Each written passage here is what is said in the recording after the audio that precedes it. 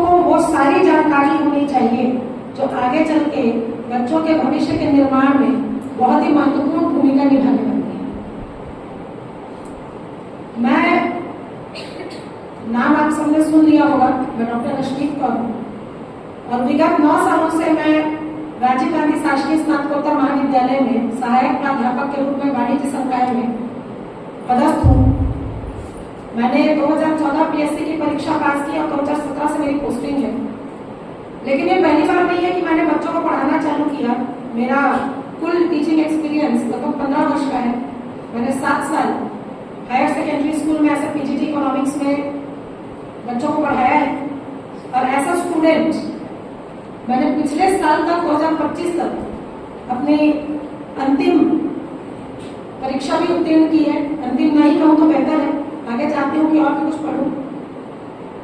तो उम्र का पढ़ने पढ़ाने से और एक्सपीरियंस से कोई खास ऐसा संबंध नहीं है।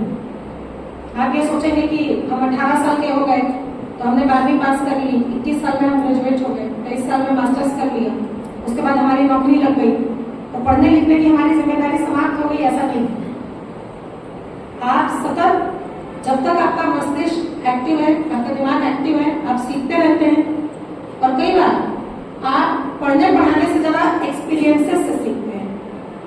और जो मैं कह रही हूँ ये बात आपको तब और अच्छी लगने लगेगी जब आप ऐसा टीचर काम करने लगेंगे, क्योंकि जब आप स्टूडेंट हैं उस समय तो बहुत सारी बातें आप छोड़ देते हैं, सिलेबस आप नहीं पढ़ते, क्योंकि जितना मार्क्स चाहिए उसके हिसाब से तो हम पढ़ के एग्जाम को पास कर लेते हैं।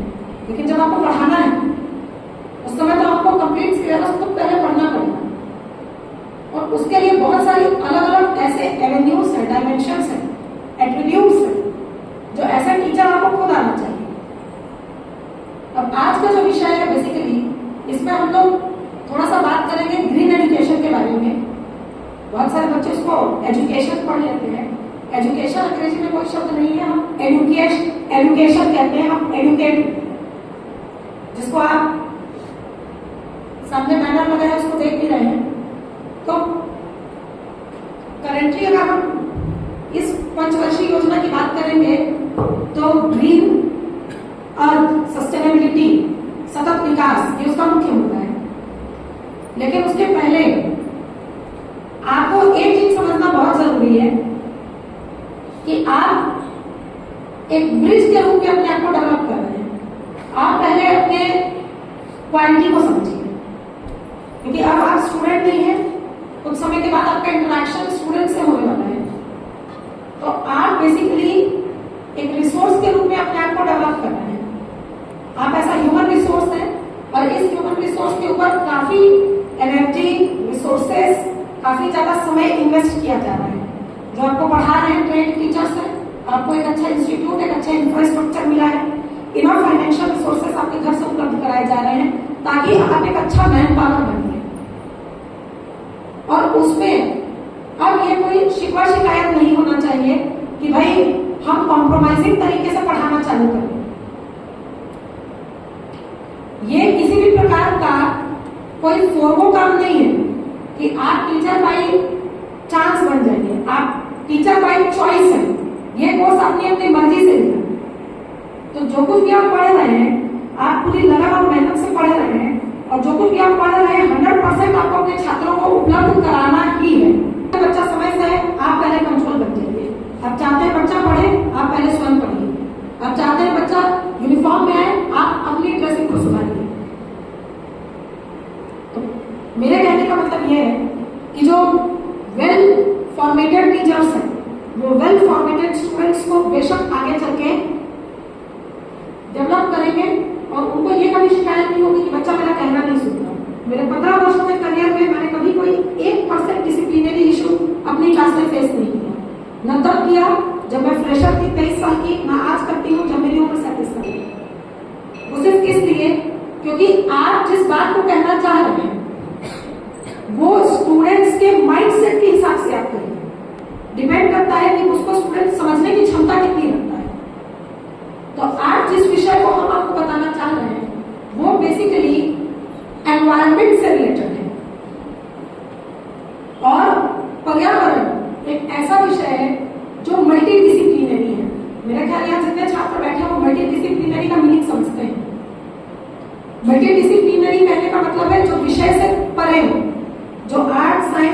ह्यूमैनिटी से परे, क्योंकि ह्यूमन और ह्यूमन के सर्वाइवल और एग्जिस्टेंस के लिए अब एनवायरनमेंट और एनवायरनमेंट की सुरक्षा एक जेन्युइन और प्रायोरिटी बेस्ड टॉपिक हो चुका है। मैं आपको एक छोटी सी बात बताती हूँ। बहुत सारी किताबों में आपने एक्सटिंक्ट एनिमल्स, मतलब जो इस दुनिया में नहीं रहे एनिमल्स, उनके और प्लांट्स के बारे में पढ़ा होगा। प्लांट्स तो कम है, एनिमल्स ज्यादा है, जो कभी हुआ करते थे अब नहीं है। अब मैं बच्चों से पूछती हूँ एक्सटिंक्ट एनिमल बताओ तो सीधा डायनासोर के एग्जांपल पे आ जाते हैं। डायनासोर था, ठीक है, डायनासोर है, उसमें एक पक्षी है ईमू। किसी ने ईमू के बारे में सुना है तो हाथ खड़ा करो, नाम भी सुना होगा ईमू, बहुत सुना है कुछ लोगों ने ईमू के बारे में। ईमू एक बड़ा सुंदर सा पक्षी था, बहुत सुंदर, बिल्कुल हंस के जैसा, सुंदर, हल्का वजन, पंख बड़े बड़े, वो बहुत बेहतर ढंग से उड़ भी पाता था, उड़ता था ईमू। ये एक तरह का माइग्रेटिंग पक्षी हुआ। माइग्रेटिंग मतलब सीजन टू सीजन जो अपना घर बदलते हैं। ईमू पहुंचा अफ्रीका। अफ्रीका में उसने देखा कि खाना पर्याप्त है, भाई यहाँ किसी तरह का कोई कंपटीशन नहीं है, घूम घूम के आराम से खाते रहो, घूमते रहो, कोई शिकारी नहीं है। ईमू को बड़ा अच्छा लगा। ईमू ने माइग्रेशन छोड़ दिया और वो जाकर के अफ्रीका में बस गया। भरपूर खाना खा खा के जेनेटिक्स चेंज हो गए। एक टाइम ऐसा आया कि ईमू बगुला कम ऑस्ट्रिच ज्यादा लगने लगे। ऑस्ट्रिच तो आपने देखा होगा, बड़ा जानवर, इतना बड़ा शरीर, पंख तो है, पंख का कोई काम है जी? कोई काम नहीं है पंख का, उड़ ही नहीं पाएगा। अब जब अफ्रीका में मानव ने कदम रखा, खाने के लिए तो चाहिए, पर्याप्त मात्रा में क्या मिल गया? ईमू।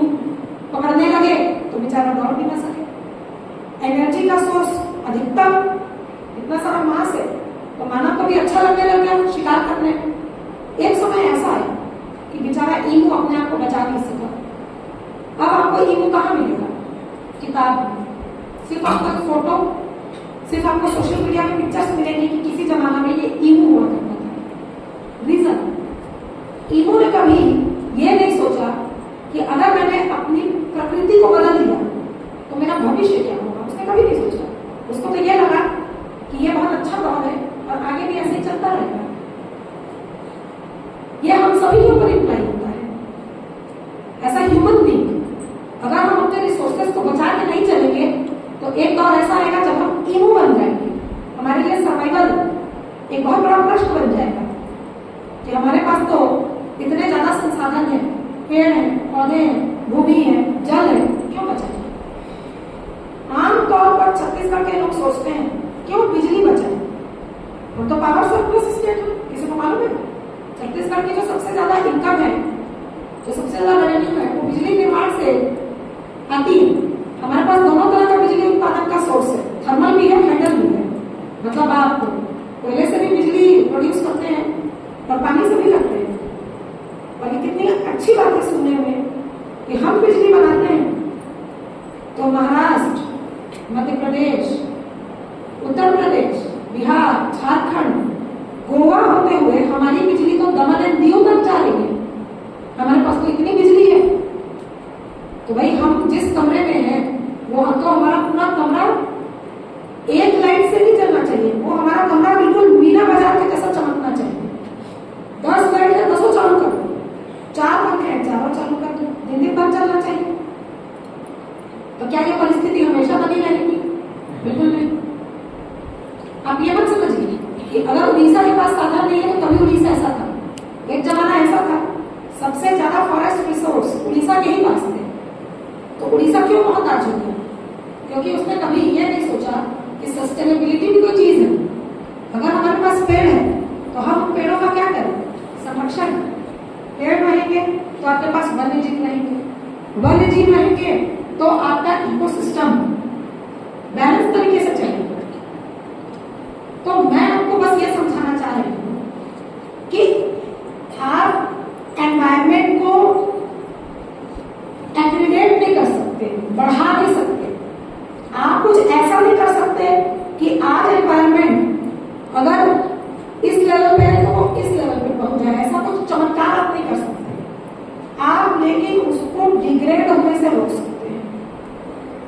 रिकमेंडेशन आप जरूर रोक सकते हैं कि दवाइयां दो तरह की होती है, एक होती है प्रिवेंटिव और एक होती है क्यूरेटिव। अब छोटा बच्चा है बेचारा, वो तो पैदा ही हुआ है, दुनिया में आया, उसको हुआ ही 2-3 दिन है, 2-3 महीना है, 2-3 साल है, तुरंत वैक्सीनेशन डॉक्टर्स लगाने लगते हैं। अरे बच्चा को बेचारा उतना खाना नहीं खाया रहता, उनके रिश्तेदारों को नहीं देखा रहता जितनी उसको सुइयां लग रही। क्यों? हम उस बच्चे को इम्यून कर रहे हैं, इम्यून, अभी उसको बीमारी हुई नहीं, हम उसको बीमार होने से रोक रहे हैं। और खुदा न खास्ता अगर बच्चा बीमार हो गया अगर, तो उसको फिर वैक्सीन से हम नहीं बचाते, फिर उसको हम इलाज से बचाते हैं। तो वैक्सीनेशन होते हैं प्रिवेंटिव और इलाज होता है क्यूरेटिव। हमारी पृथ्वी अभी प्रिवेंटिव दौर पर है, तो हम बहुत सारी प्रैक्टिसेस से प्रिवेंशन को बेहतर कर सकते हैं। जैसे बच्चे का एक आध टीका अगर छूटा तो बीमारी की गुंजाइश बढ़ जाती है। ऐसे अगर हमने पृथ्वी में 2-4 बेहतर प्रैक्टिसेस चालू नहीं की तो पृथ्वी के बीमार होने का खतरा बढ़ जाएगा। है ना सबके घर में? पन्ना वाला घर नहीं होगा तो बाहर तो पोर्च होगा, वरांडा होगा, वो भी नहीं होगा तो सड़क तो होगी। अब ऐसा मत बोलते हैं कि स्पेस में रहते हैं, मार्क्स में रहते हैं, कुछ नहीं है, तो कुछ तो है?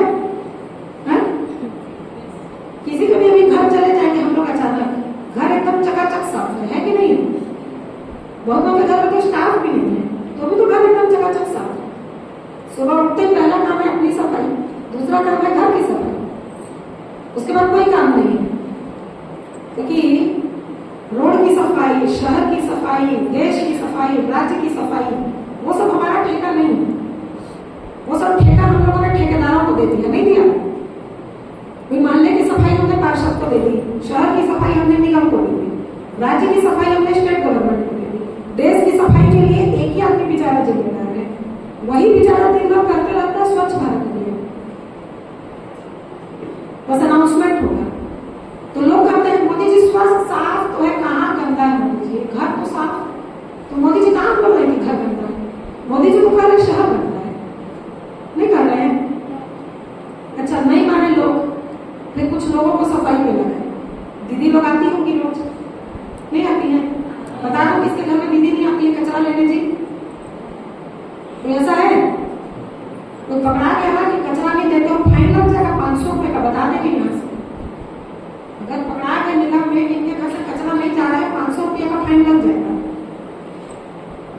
अभी जो कचरा है आप इसको कैसा समझते हो कि दीदी लोग आई, गाना बजाई, घंटी बजाई, कचरा दिया, हमारा काम खत्म? ये पूरी की पूरी एक इंडस्ट्री उद्योग है और इस उद्योग का नाम है SLRM, यह सॉलिड लिक्विड मैनेजमेंट सेंटर्स।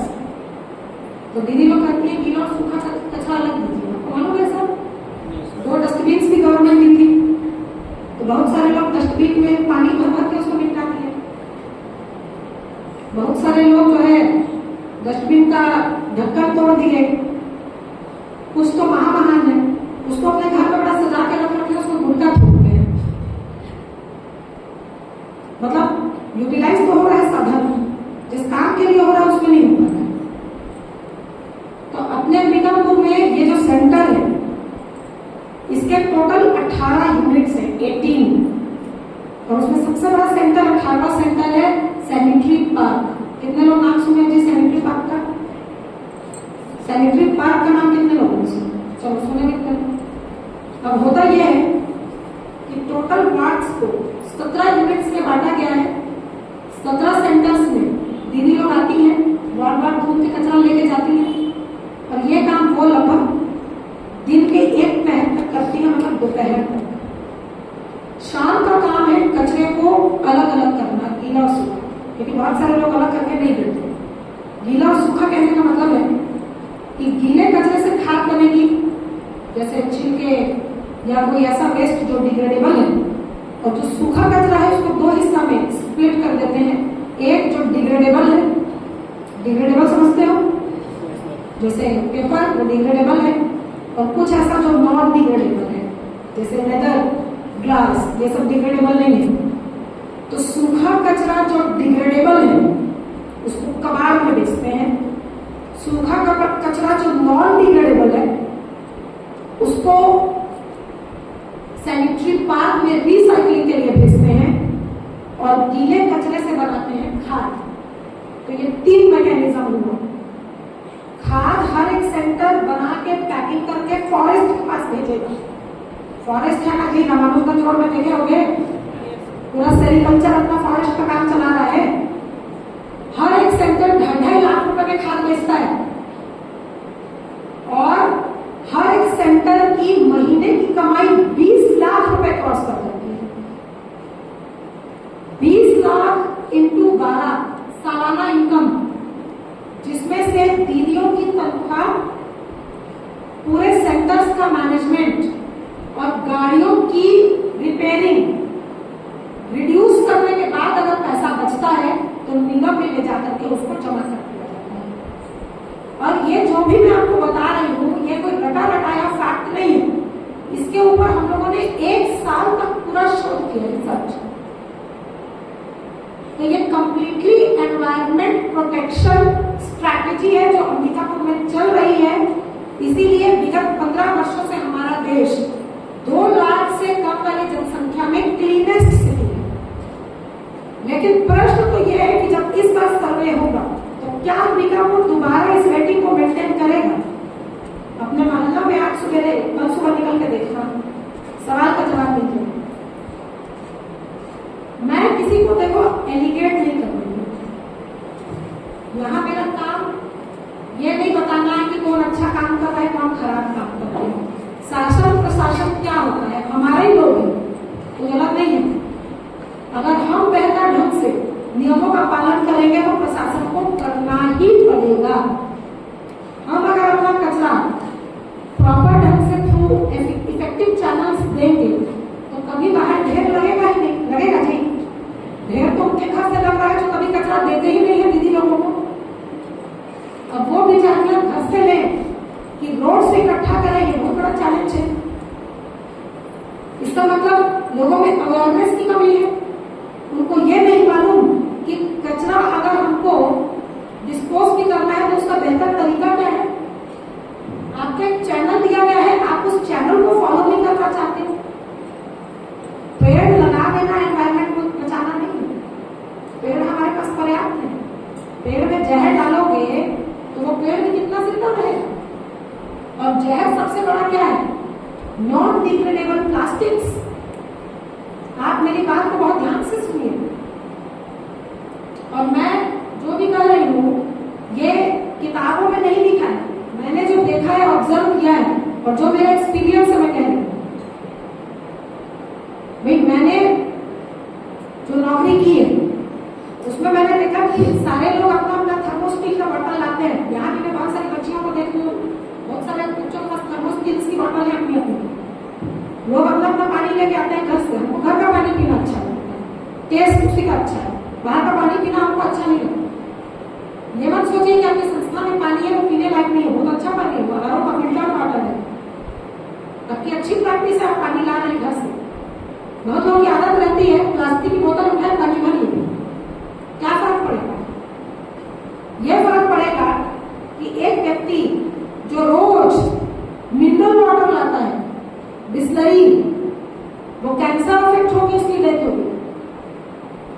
और कैंसर भी ऐसा होगा जिसकी आप उम्मीद भी नहीं कर सकते।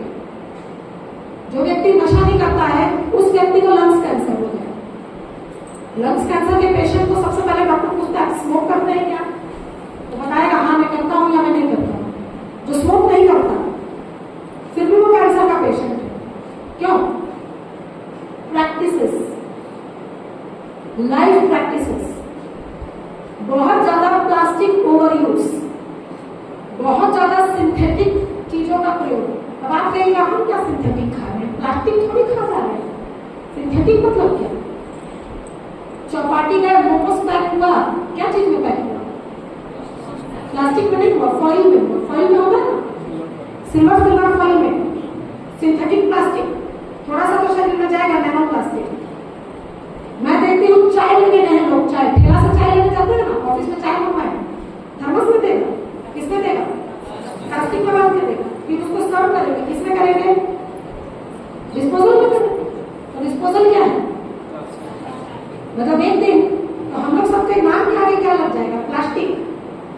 डॉक्टर रश्मि कौन प्लास्टिक, प्लास्टिक बिना जिंदगी नहीं चल रही हमारी, हम नहीं चाहते ना।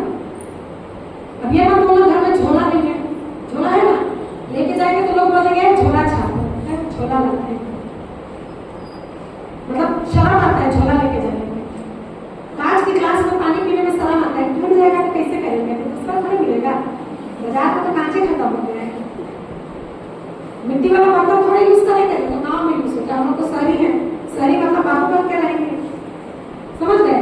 जितना शहरी बनिएगा बीमारी को खुद ही घर लेगा, बीमारी नहीं आती अपने आप चल के नहीं आती बीमारी, तू भी फाइट कर रहा रोज रोज। एक दिन पी लीजिएगा, आप ये मत करना कि अभी शाम को प्लास्टिक के बोतल में मुंह में लगाए तो मेरा याद आ गया, मैडम तो मना की, एक दिन में कैंसर नहीं हो जाएगा रे, मत करना। मैडम बोलती आज कल सुबह डायग्नोस्टिक हो गया कैंसर हो गया, समझ गए। जैसे घर बनता है ना धीरे धीरे, वैसे बीमारियों का घर बनता है धीरे धीरे धीरे धीरे धीरे धीरे, समझ में आ रहा है। इसीलिए सबसे जरूरी क्या है, सस्टेनेबिलिटी। सस्टेनेबिलिटी मतलब बेस्ट प्रैक्टिसेस। बेस्ट प्रैक्टिसेस क्या है, पेड़ लगा के फोटो खिंचा लिए, थोड़ा सा घर से प्लास्टिक कम कर दो, बेस्ट प्रैक्टिस। थोड़ा सा कचरा साफ कर लो, बेस्ट प्रैक्टिस। मैं क्या बताना चाह रही हूँ, आपका कन्वे हो पा रही है मेरी बात। आपको हम बहुत महान का चिपको आंदोलन लाने की बात नहीं कर रहे, मत ये चिपको आंदोलन, आप थोड़ी अपने जीवन में प्रैक्टिस सुधारिए, बहुत परिवर्तन है। मैंने एक दिन अपने ही घर में डांट लगाई, पूजा करते हैं थोड़ा सा कचरा जमा हुआ, उसको मेरी मम्मी ने प्लास्टिक में भर लिया। मैंने कहा इसका क्या करूंगी, प्रवाहित कर देंगे जल में। मैंने कहा क्या प्रवाहित करूंगी, कचरा। मैंने कहा कचरा तो होगा नहीं, होगा प्लास्टिक हो जाएगा, गलेगा नहीं, जो प्रवाहित करने जा रही हो बहने लगेगा, फ्लोटिंग होगा, कोई बेचारी गैया खा लेगी, उसके पेट में जाकर के फट जाएगा प्लास्टिक, मर जाएगी।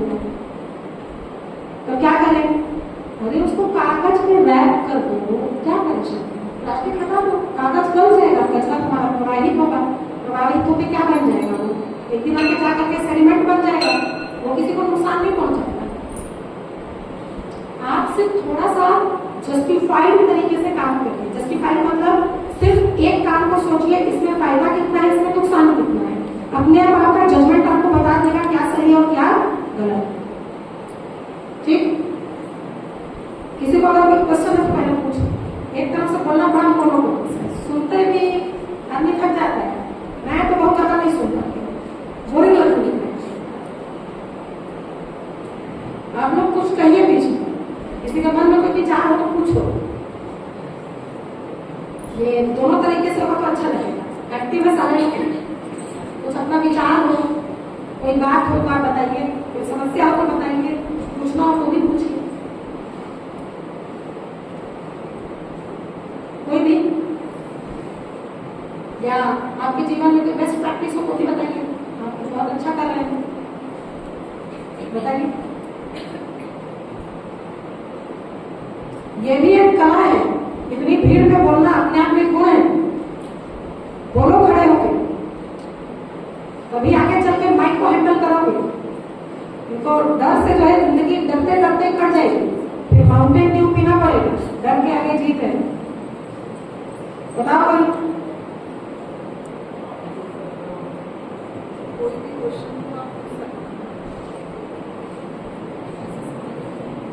क्वेश्चन की बात नहीं है, आप कोई अपना थॉट है, कोई विचार है, आप उसको भी बताइए, उसको कन्वे करिए, कोई भी छोटा सा ही बात कर दो, मेरे को भी कॉस्ट मिले,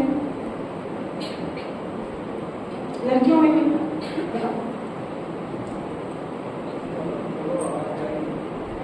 मैं सुन लूँ, मेरे को भी हालांकि माइक की जरूरत नहीं है, लेकिन अब गले को थोड़ा राहत है माइक से, बताओ। मैम में कुछ ऐसा लगता है कि आज के समय में अगर हम समय का सम्मान करते हैं और नेचर प्रकृति का संरक्षण करते हुए चलते हैं और अपने जो बेसिकली जो सीखने को मिलता है शिक्षा, उसका अगर यूज करते हुए और उसका सही सदुपयोग समाज की ओर करेंगे तो यही हम लोग के लिए एक सही शिक्षा होगा। तो ये सही शिक्षा होगा मेरे को ऐसा लगता है। और मैं बताऊँ तो मैं साल में ज़्यादा नहीं, लेकिन 2-3 पेंट तो लगता ही है, मेरे हाथ में लगाता ही। और अपने घर में, चाहे उसका पर्सनल पेड़ हो, चाहे तेजपत्ती का हो, तेजपत्ते का, चाहे अभी मैं अभी जस्ट जो टाइम किया मैंने चंदन को भी पेड़ लगाया। तो ऐसा लगता है कि ये मैंने 3 साल हो गया लगभग 2-3 पेड़ उसका कब लगाऊँ, और अच्छा ही लगता है कि मैं अभी तक उसका केयर कर पा रहा हूँ। यहाँ नहीं कर पाता, घर में महीना में एक बार बैठना गया तो देखता हूँ उस चीज़ को, मुझे अच्छा लगता है। बहुत बहुत दीपक से, तो दीपक से बहुत सारे लोग दोस्ती कर लो, ये कुछ समय में करोड़पति बनने वाले हैं। उनके पास चंदन का भी है, चंदन बड़ा महंगा है, पता है कि नहीं जी? हाँ, दीपक जो है चंदन का राजा बनेगा तो मालिक बन जाओगे, मजाक करके। तो देखिए ये बहुत अच्छी प्रैक्टिस है कि आप थोड़ा नेचर से इन्वॉल्व बने। बड़ी अच्छी बात बताई, तेजपत्ता जिसको अंग्रेजी में हम बे लीव्स करते हैं। तेजपत्ता हमारे मसाला यूज होता है, लड़कियों को पता होता है। और यहाँ घर में छोला बनेगा, दाल में तड़का लगेगा, उसमें तेजपत्ता को डालेंगे, खुशबू आएगा बढ़िया, होता है कि नहीं होता है? लड़की सब जानती है, खाना बनाना खाना लोग अच्छा लगता है। मैं प्राय लड़कों से कहती हूँ लड़कियों से दोस्ती करके रखा करो, खाने पीने का तकलीफ नहीं रहेगा जिंदगी में, खिलाती पिलाते नहीं। जो तेजपत्ता है बे लीव्स, उसके पीछे जापानीज आइडियोलॉजी है, शायद आपको पता है या नहीं। जो जापान के लोग हैं वो मैनिफेस्टेशन में बहुत विश्वास करते हैं। मैनिफेस्टेशन समझते हो? क्या होता है मैनिफेस्टेशन? जो भी हम चाहते हैं भविष्य हमारे साथ हो, उस चीज को, जैसे कि जैपनीज आप बता रहे थे, उसमें वो तेजपत्ता के ऊपर लिखते हैं उस चीज को, और उसको या तो जला देते हैं और उसके ऐसे सब हवा में उड़ा देते हैं, तो उनको लगता है कि आगे चल के वो सही हो जाएगा, उनकी लाइफ में हो जाएगा।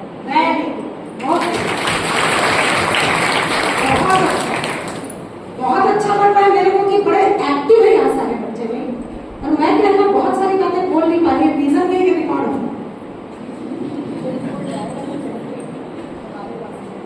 क्योंकि मैं जो कर रही हूँ ये मैं बड़े पॉलिश ढंग से बोल रही हूँ। और अमृता दीदी जानती है कि मैं बहुत रॉ फॉर्म में बात कर लेती हूँ, आपको इंटरेस्ट आएगा, लेकिन मैं क्या करूँगी, जो रिकॉर्ड चालू है तो बहुत सारी बातें हम क्या है इन द रिकॉर्ड। मैं तो क्या हूँ, मैं सरकारी नौकरी में हूँ, तो मेरे को थोड़ा सोचना भी पड़ता है कि भाई क्या बोल दूँ। मैनिफेस्टेशन को लेकर बड़ा अच्छा बताई है कि नेचर से रिलेटेड मैनिफेस्टेशन है कि आप तेजपत्ता के पत्ते पे अपनी एक विश या डिजायर लिखिए और उसको आप जला देते हैं। होता क्या है, जब आप अपनी कोई डिजायर लिखते हैं राइटिंग फॉर्म में, तो वो डिजायर लिखते लिखते आपके दिमाग में बैठ जाती है। तो मैनिफेस्टेशन का मतलब ये होता है कि दिमाग को उस बात के लिए हम रेडी कर रहे हैं।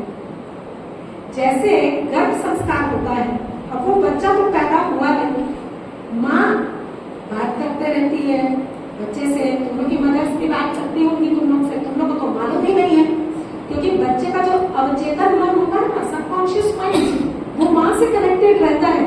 तो माँ कुछ ना कुछ ऐसा बात करती है जैसा मेरा बेबी दुनिया में रहता है, और जब वो दुनिया में आता है तो उस बेबी को लगता है कि वो बहुत सारी बातें पहले से क्या है सीख चुका है। जैसे अभिमन्यु सीखा था, लेकिन माँ सो गई थी, तो भेजना कैसे है चक्रव्यूह, वो तो सीख ही नहीं सका, क्योंकि उसकी मदर के ब्रेन से तो बेबी का जो डेवलपमेंट है वो कनेक्टेड है। ये मैनिफेस्टेशन होता है, आपका ब्रेन भी बेबी है, आप लिख लिख के जितनी बातें उसको बताते जाइएगा, उतनी बातों के लिए आपका ब्रेन फिक्स हो जाएगा। और बहुत तरीके हैं मैनिफेस्ट करने के, ये कोई एक तरीका नहीं है, ये तो नेचर रिलेटेड एक तरीका है कि हम आपने पेड़ लगाए, हम पेड़ से बात करते हैं। एक तरीका मैनिफेस्टेशन का ये है कि आप रोज उस पेड़ से बात करते हैं। ये कहानी है कि एक राजकुमारी रोज एक पेड़ से बात करती है, तुम तो मेरे दोस्त हो, एक दिन तुम्हीं पे बैठ के मेरा राजकुमार आएगा। और एक राजकुमार जो बेचारा अपनी जान बचाते बचाते शेर से भाग के पेड़ में चढ़ जाता है, रात भर बैठा रहता है। राजकुमारी आती है कि मैं अपने दोस्त पेड़ से बात करूंगी तो राजकुमार आएगा। तो जैसे ही जा करके पेड़ के गले मिलती है, धक्का लगता, फटाक से आदमी नीचे गिर जाता है, उसको लगता है मेरा मैनिफेस्टेशन सच हो गया, तो राजकुमार गिर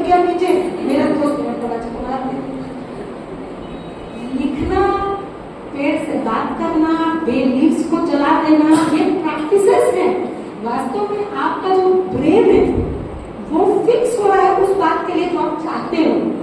तो बहुत सारे लोग मैनिफेस्टेशन करते हैं मिरर मैनिफेस्टेशन। आप सुबह उठते हैं, आपको सिर्फ 3 बार अपने आप को देख के अपना नाम लेके मिरर में मैनिफेस्ट करना है, मैं बहुत अच्छा हूँ, मैं बहुत एफिशिएंट हूँ, मैं एक बहुत अच्छा टीचर बन जाऊंगा, मैं बहुत अच्छा बैंकर बन जाऊंगा, बन गया हूँ। रियलाइज कर लो मेरा हो गया, मैं इतना अच्छा बोलता हूँ, इतना अच्छा बोलती हूँ, कोई मेरी बात सुने बिना रह ही नहीं सकता। मैं तो बोलती हूँ, मैं बहुत अच्छा बोलती हूँ, मेरी बात लोग सुनते हैं। और ये बात मेरे को रियलाइज है कि वो जो मैं कर रही हूँ वो लोगों के दिमाग को इफेक्ट कर पा रही है और वो याद रहता है, क्योंकि आप जिस ढंग से कहते हैं आपको आपके बोलने का तरीका प्रभावित करता है।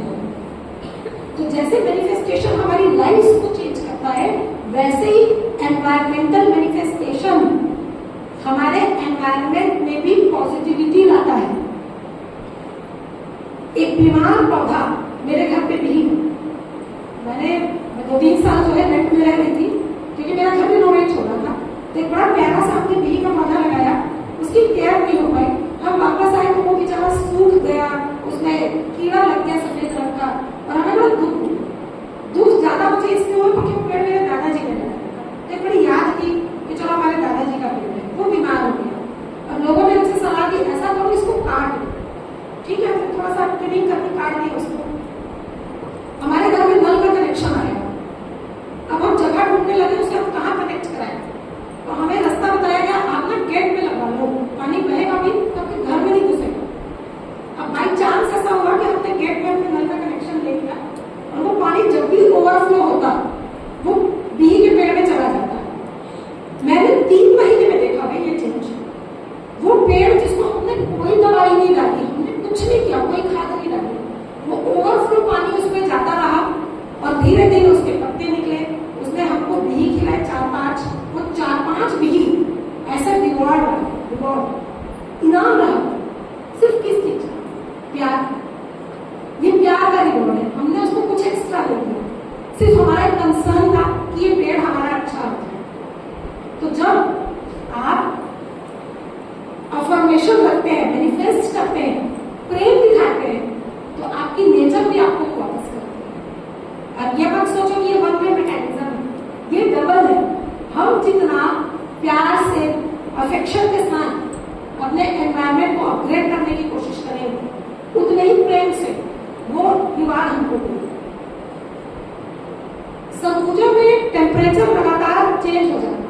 बारिश का मौसम आप देख रहे हैं, पसीना तो आ ही रहा है। ये पसीना गर्मी नहीं है, इसको हम कहते हैं आर्द्रता, ह्यूमिडिटी। फील हो रहा है, ऐसा कोई नहीं होगा जो नहाया नहीं होगा। लेकिन अगर अभी आपको ऑप्शन मिले कि एक बार आप नहाने तो लगेगा बड़ा अच्छा लगेगा। कम से कम ये जो इतना स्वेटिंग हो रहा है वो ठीक लगेगा। डीओ सबने यूज किया, फिर भी लग रहा है कि शरीर स्मेल कर रहा है, ये पसीने से। रीजन कि सरगुजा में लगातार टेम्परेचर बढ़ रहा है। ये ऐसा जिला है जो सर्वाधिक वर्षा लेता रहा है, सर्वाधिक ठंड रही है, सर्वाधिक गर्मी रही है। अब क्योंकि आपके नजदीक में उदयपुर में लगातार पेड़ों की कटाई हो रही है खदान के कारण। अब हम ये भी नहीं कह सकते कि हमें विकास नहीं चाहिए। भाई विकास भी चाहिए, विकास के लिए कहते हैं पेड़ भी कटेंगे, ठीक है, पेड़ भी कटे। विरोध भी हुआ, गांव वालों ने काफी विरोध किया कि पेड़ नहीं कटने चाहिए। लेकिन जब ये विरोध कारगर नहीं हुआ तो एक एग्रीमेंट, जितने पेड़ कटे हैं उससे लगभग 20 टाइम्स ज्यादा पेड़ों को लगाना है। और सिर्फ लगाना नहीं, ये देखना है कि पेड़ जिंदा भी रहे। तो उदयपुर के क्षेत्र में पिछली रिपोर्ट के अनुसार 1,60,000 वृक्षारोपण इफेक्टिवली हुआ। इफेक्टिवली मतलब समझ रहे हैं, ये सरकारी वृक्षारोपण नहीं है कि पौधा लगाया उन्हें फोटो खिंचाई पेपर पे छापी खत्म, नहीं। 1,60,000 पौधे जो लगे उनका लगना, बड़े होना और स्वस्थ रहना, ये पूरा जिम्मा खदान को दिया गया। इसकी जिम्मेवारी अदानी को दी गई कंडीशनली कि अगर ये पौधे हेल्दी नहीं रहे तो खदान को ऑडियंस तक समेटना पड़ जाता है। अब ये जस्टिफाइड है कि नहीं? बिल्कुल है। आपने जितना एनवायरमेंट को नुकसान पहुंचाया है उतना तो आपको कंपनसेट करना ही पड़ेगा। अगर आप नहीं करते तो आपके साथ साथ और लोगों की भी जान खतरे में, क्योंकि हम तो ना खदान में नौकरी करते हैं, ना खदान हमको तनख्वाह देती है, ना हम कभी उदयपुर जाते हैं, लेकिन उनके नुकसान का खामियाजा तो हम यहाँ बैठे बैठे भुगत रहे हैं ना। बारिश होती तो कितना अच्छा लगता, नहीं लगता जी? सुनने में मजा आता, मन बनता कि चाय मिले, घर जाके सब भजिया बनाते खाते, मौसम का मजा लेते, नींद अच्छी आती है, नहीं आती? बरसात में नींद बहुत अच्छी आती है, मौसम ठंडा हो जाता है, शरीर रिलैक्स हो जाता है, तो दिमाग भी तो एक्टिव रहता है अगले दिन। अब कल रात को नींद नहीं पूरी हुई, गर्मी से बेहाल, फिर आज वही हाल है गर्मी, आधा दिमाग तो पजल है कि गर्मी से छुटकारा पाए कि जो तक वह रही है उसको सुने, उसको ऐसी निवेश करें, बड़ी समझते हैं। आप समझ रहे हैं? बात ये मत समझिए कि आपका जो ग्रीन एनवायरनमेंट आपका सिर्फ पेड़ लगाने से, ऑक्सीजन के लेवल को बढ़ा देने से, या सिर्फ ये है कि भाई हम प्रोपोगेट करने के लिए हम तो पर्यावरण पढ़ते हैं। पर्यावरण पढ़ना नहीं होता, पर्यावरण में जीना होता है। कैसे अपनी लाइफ को अच्छा करें, कैसे दूसरों को इस एनवायरनमेंट से कनेक्टेड रखें। और कनेक्टेड रहने का मतलब है बच्चा अगर मिट्टी में भी खेल रहा है तो कम से कम वो मिट्टी साफ हो, ताकि बच्चे की भी इम्यूनिटी बढ़े। ताकि मिट्टी ही इतनी पोल्यूटेड है, बच्चा खेलेगा तो इम्यूनिटी तो बढ़ने से रही, वो बेचारा कोलोनियल बीमारियों से बीमार है। तो हमें अपनी लाइफ को तो अच्छा करना है, इन सभी की लाइफ को भी अच्छा करना है जो इस एनवायरनमेंट से कहीं ना कहीं रिलेटेड। तो मेरे ख्याल में जो करना चाहती थी वो मैक्सिमम लोगों को समझ में आया है। ये सिर्फ ऐसा सब्जेक्ट, ऐसा कंटेंट, ऐसा सिलेबस नहीं है। हम अपनी लाइफ को इम्प्रोवाइज करें ताकि वो आगे चल के कहीं से भी हम साधन न बने कि एनवायरनमेंट को नुकसान हो। ठीक है, हम अच्छा भी कर पाते हैं और बुरा भी कर पाते हैं। एटलीस्ट एक बैलेंस्ड डेवलपमेंट होता है। बहुत बेहतर ढंग से आप सबने सुना, अपने विचार भी रखे, मेरे साथ इंटरेक्ट किया, तो सभी को बहुत बहुत धन्यवाद पेशेंटली सुनने के लिए। और जब भी मौका मिले हम जरूर फिर इंटरेक्ट करेंगे कुछ बेहतर टॉपिक्स पर। और आप प्रयास करिए कि हर सुबह जब आप उठें